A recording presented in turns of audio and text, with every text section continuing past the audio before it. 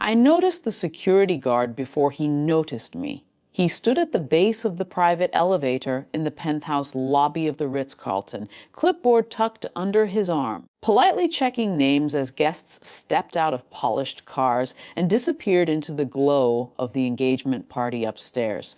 The place looked exactly the way I had designed it years ago. Soft gold lighting, marble floors that reflected everything like calm water, the quiet suggestion of wealth rather than the loud announcement of it. When my turn came, he gave me a brief, efficient glance. "Catering staff this way," he said, pointing toward the service corridor. He checked his list again, already moving on. For a moment, I considered correcting him. The proof sat inside my purse, a slim black card with my name on it. Not a reservation, not a guest pass. Ownership, the sort of thing that ends conversations instantly. But something about the assumption, the ease of it, made me pause, so I nodded once and followed the hallway he indicated. The service entrance was a different world from the marble lobby. Stainless steel counters, trays stacked high, the quick rhythm of chefs preparing plates that would glide upstairs to people discussing stock portfolios and vacation homes. No one questioned me. I stood near the back wall while a young server hurried past carrying champagne flutes. From here, the party sounded distant. Lauder floated down the hallway in brief bursts. Like music through a closed door, I watched the choreography behind the evening, the trays leaving, the empty ones returning, the quiet efficiency that kept the illusion of effortless luxury alive. I've always liked watching things from this side. You learn more about people when they don't realize you're observing them. A few minutes later, two voices drifted into the kitchen from the hallway. My future daughter-in-law Amanda had a voice that carried when she was anxious. I noticed that before. "Don't worry," she told someone softly. I've seated Michael's mother in the kitchen where no one will see her. Her mother laughed under her breath. "Oh, good. I was wondering how you were handling that." Their footsteps faded before either of them noticed me standing 10 feet away. I felt the words land, but they didn't sting the way people imagine those moments should. There was no dramatic anger, no sudden humiliation, just a quiet understanding. My son had built a life where certain details didn't fit the picture he was presenting tonight. It happens. Years ago, when I started the hotel company that eventually grew into this place, I spent most of my time in rooms full of people who assumed I didn't belong there either. Investors who spoke slowly to me as if I were confused. Men who addressed their responses to my male assistants instead of to me. People who believed the quiet woman in the corner couldn't possibly be the one signing the checks. I learned something valuable in those years. Power doesn't always come from correcting people. Sometimes it comes from waiting. Michael appeared about 20 minutes later.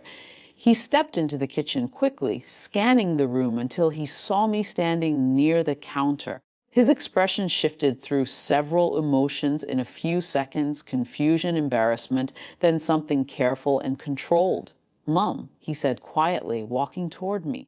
"You weren't supposed to be back here. I was directed here," I replied. He rubbed the back of his neck. "I'll fix the seating situation. Just give me a minute."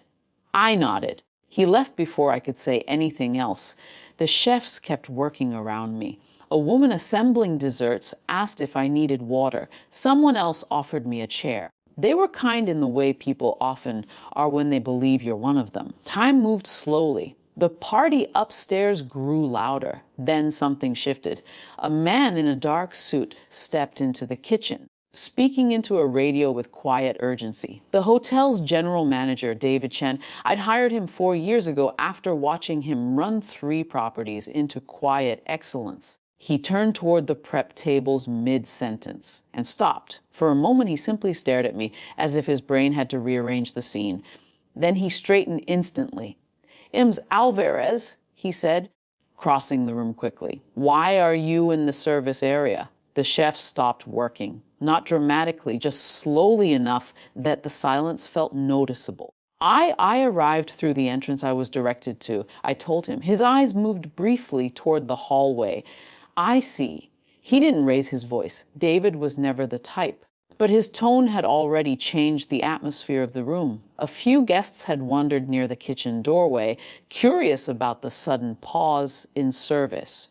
Among them were Michael and Amanda. Michael's face drained of color when he heard David address me.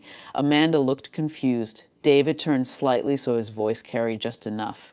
"Should I escort you upstairs, Miss Alvarez? The engagement celebration is being held in the penthouse suite you designed." The sentence settled over the room like quiet gravity. Amanda's mother blinked first. "You designed it?" she asked. I smiled faintly. "Along with the rest of the building." Michael closed his eyes briefly. No one spoke for several seconds. I thanked the kitchen staff for their work before stepping into the hallway with David beside me. The elevator ride upstairs was silent except for the soft music drifting down from the penthouse. When the doors opened, conversations paused. Word travels quickly in a hotel. Guests who had spent the evening praising the venue suddenly realized the woman they'd overlooked downstairs had built the entire place. Amanda approached slowly. Her confidence from earlier had faded into something uncertain. "I didn't realize," she said carefully. "That happens," I replied. Michael joined us a moment later. "Mom, I'm sorry." He meant it. I could hear that much. But apologies are complicated things. They don't always repair the moment they're meant to address. The rest of the evening continued politely. People adjusted their behavior. Conversations softened, introductions were made with careful respect. Status has a way of rearranging rooms once it becomes visible. Later, near the end of the night, Michael found me alone on the balcony overlooking the city. "I should have handled things differently," he said. The skyline glowed beneath us. "You handled things the way you thought you needed to," I said. He studied my face, trying to understand whether I was angry. I wasn't. But I wasn't pretending nothing had happened either. "Will you stay?" he asked quietly. I considered the question. The party was still moving behind us, music, laughter, the delicate machinery of celebration.